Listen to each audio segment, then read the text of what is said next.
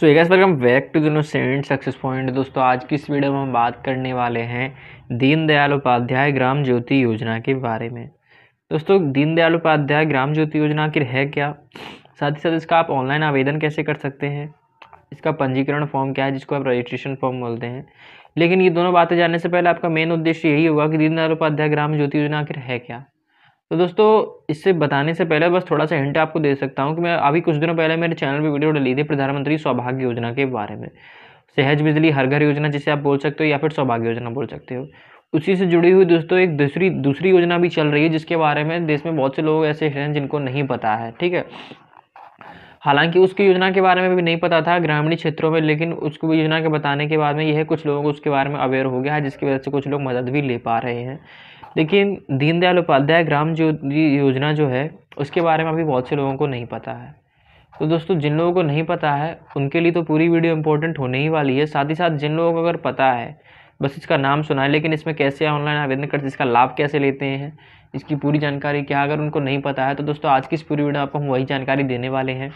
तो दोस्तों पूरी जानकारी के लिए बने रहिएगा वीडियो में। और वीडियो में आगे बढ़ने से पहले आपसे एक छोटी सी रिक्वेस्ट है, अगर आपने अभी तक वीडियो को लाइक नहीं किया तो वीडियो को एक लाइक कर दीजिएगा। चैनल पे अगर नए चैनल को सब्सक्राइब करके बेल आइकन को प्रेस कर दीजिएगा, जिससे कि आने वाली लेटेस्ट वीडियो का नोटिफिकेशन सबसे पहले आप तक पहुँच सके। अब चलिए दोस्तों वीडियो को स्टार्ट करते हैं। और सबसे पहले दोस्तों हम ये जानेंगे कि दीनदयाल उपाध्याय ग्राम ज्योति योजना के बारे में थोड़ा सा हिंट जान लें। उसके बाद हम ये जानेंगे कि दीनदयाल उपाध्याय ग्रामीण ज्योति योजना आखिर है क्या। तो थोड़ा सा इसका बेसिक इतिहास जान लेते हैं, उसके बाद में आगे बताते हैं आपको। दोस्तों बता दूं कि दीनदयाल उपाध्याय ग्राम ज्योति योजना की शुरुआत केंद्र सरकार द्वारा शुरू की गई है। 2014 में मोदी जी के प्रधानमंत्री बनने पर यह घोषणा की गई थी। लेकिन दोस्तों 2014 से अभी तक बहुत से लोग ऐसे हैं जिनको अभी तक इसके बारे में नहीं पता, इस वजह से मुझे वीडियो बनानी पड़ रही है। इस योजना का उद्देश्य सभी ग्रामीण किसानों को खेतों में बिजली की सुविधा दी जाएगी ताकि किसान अच्छे से खेती कर सकें। दीनदयाल उपाध्याय ग्राम ज्योति योजना का लाभ देश के सभी राज्य के ग्रामीण किसानों को दिया जाएगा। ये योजना प्रमुख योजनाओं में से एक योजना का है। लेकिन दीनदयाल ग्राम ज्योति योजना का लाभ लेने से पहले किसानों को आवेदन करना होगा। आवेदन करने के बाद ही उम्मीदवार किसान योजना का लाभ ले सकते हैं। तो आगे हम ये जानेंगे कैसे आप इसमें आवेदन कर पाएंगे। ठीक है, इसकी प्रक्रिया क्या है, पूरी जानकारी क्या है। तो स्टार्टिंग करते हैं इसके बारे में कि आखिर योजना है क्या। ठीक है, यहाँ से लेकर पूरा विस्तार से बताते हैं, वहाँ हमने इंट दिया था, बाकी यहाँ पे हम पूरा विस्तार में बताते हैं आपको। दोस्तों दीनदयाल उपाध्याय ग्राम ज्योति योजना मुख्यतः ग्रामीण इलाकों के उन क्षेत्रों के लिए आरंभ की है जहाँ बिजली नहीं है, लोगों को बिजली समस्या संबंधित समस्या है। ऐसा भारत के हर राज्य में बहुत से ऐसे क्षेत्र हैं जहां लोगों के पास विद्युत की समस्या है, यानी इलेक्ट्रिसिटी की। ठीक है, जहां लाइट उनके घरों में अभी तक नहीं पहुंच पा रही। बहुत से ऐसे क्षेत्र हैं जहां पे उनको लाइट की दिक्कतें हो रही है। मोदी जी के पीएम बनते ही उन्होंने प्रमुख पहलुओं में इसी समस्या का हल निकालने के लिए DDUGJY यानी कि दीनदयाल उपाध्याय ग्राम जीवन ज्योति योजना, ठीक है, को आरंभ किया, जिसमें लक्ष्य रखा गया कि 1000 दिनों में 18,412 गाँवों में बिजली पहुंचानी है। ये उनका मेन टारगेट था उस समय। ठीक है, अभी कहाँ तक बढ़ चुका वो भी हम आके बताते हैं आपको। इस योजना के लिए कुल 43,033 करोड़ का बजट बनाया गया है, जिसमें अभी कुल 33,453 करोड़ रुपए ही खर्चा आया है। यानी कि अभी बचे हुए एक तरीके से आप मान सकते हैं यहाँ पे पूरे आपके 10,000 करोड़ नॉर्मली बचे ही बचे हैं। ठीक है ना, 10 तो 9,500 करोड़ आपके रुपए बचे ही बचे हैं, बजट इतना। ठीक है, तो योजना के अंतर्गत गाँव में घरों और खेतों में बिजली पहुंचाने का उद्देश्य रखा गया है, जिसमें ग्रामीण विद्युतीकरण निगम लिमिटेड को नोडल एजेंसी बनाया गया है। मतलब इसकी जो लिमिटेड प्राइवेट कंपनियां होती हैं उनको नोडल एजेंसी बनाया गया है। ठीक है, विद्युतीकरण की, इलेक्ट्रिसिटी की, जिसके तहत गांव में ट्रांसफार्मर, फीडर, बिजली मीटर, बिजली के पोल लगाए जाएंगे, जिसे आप खंभे बोलते हो। दीनदयाल ग्राम ज्योति योजना के अंतर्गत सभी प्राइवेट और राज्य के जो इलेक्ट्रॉनिक डिपार्टमेंट डिस्कॉम होंगे वे सभी डिस्कॉम योजना के योग्य होंगे। अब चलिए दोस्तों ये तो हो गया इसके बारे में। अब अगर आप इसमें आवेदन करते हो तो आपको लाभ क्या मिलने वाला है ये भी जानना जरूरी है। ठीक है, तो ग्राम ज्योति योजना के लाभ, अब चलिए दोस्तों लाभ के बारे में इसके जानते हैं। सबसे पहले योजना का लाभ उन सभी किसानों को दिया जाएगा जिनके यहाँ बिजली संबंधित समस्या, यानी उनके घर में बिजली नहीं है।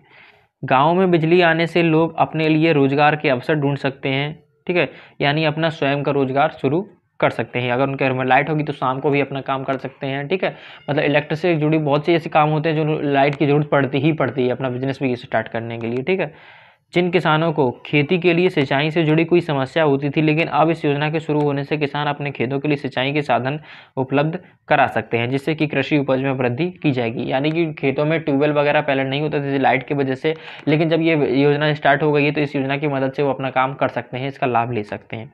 उसके बाद ग्रामीण इलाकों में जहाँ स्कूल, पंचायतों, पुलिस स्टेशन, हॉस्पिटल में बिजली पहुँचाई जाएगी। गांव में अस्पताल, बैंकिंग, शिक्षा के स्तर में बदलाव आएगा। ठीक है, तो इस योजना से ये आपके लाभ होने वाले हैं। साथ ही साथ विद्युत से चलने वाली सभी उपकरण जैसे मोबाइल, टीवी, इंटरनेट की सुविधा लोगों के पास होंगे और सामाजिक सुधार में बदलाव आएगा। ठीक है, तो ये आपके कुछ लाभ हैं। उसके बाद ग्रामीण इलाकों में सुविधा न होने के कारण वे दिन प्रतिदिन पिछड़ते रहते हैं, जिससे कि उनमें विकास नहीं हो पाता है। ऐसे में अगर उन गाँवों में बिजली जैसी कोई भी अन्य समस्या हो, उन्हें सरकार द्वारा दूर किए जाएं, तो गांव भी विकास की वृद्धि में अपना योगदान दे सकते हैं। तो ये तो हो गया दोस्तों ग्राम ज्योति योजना, इसमें आवेदन करने के लाभ। अब चलिए दोस्तों, इसका उद्देश्य मेन क्या है, वो उद्देश्य थोड़ा सा हमने आपको बता दिया, लेकिन पूरा क्लियरली यहाँ पे कर देते हैं आपको।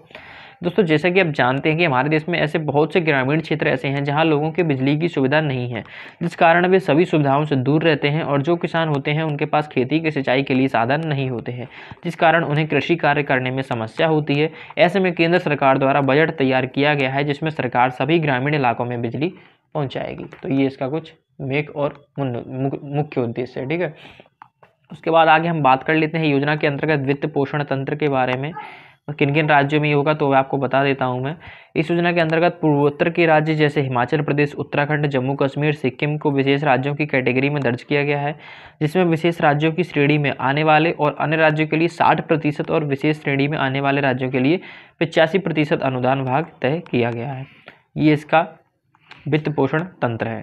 उसके बाद आगे बता दूं, यदि राज्य सरकारें अपने ग्रामीण इलाकों में अधिक अनुदान चाहती हैं या कोई भी नुकसान होता है तो उसके लिए राज्य सरकार द्वारा सब्सिडी प्रदान की जाएगी।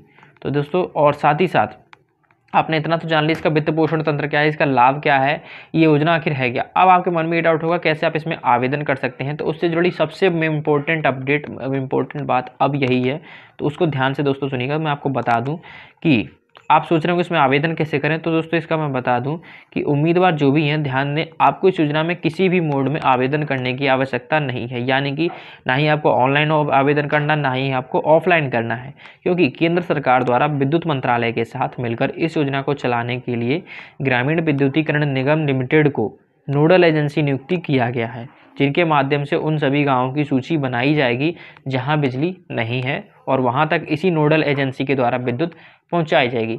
यानी कि दोस्तों आपको खुद से सिंपली एक एक करके आवेदन नहीं करना पड़ेगा।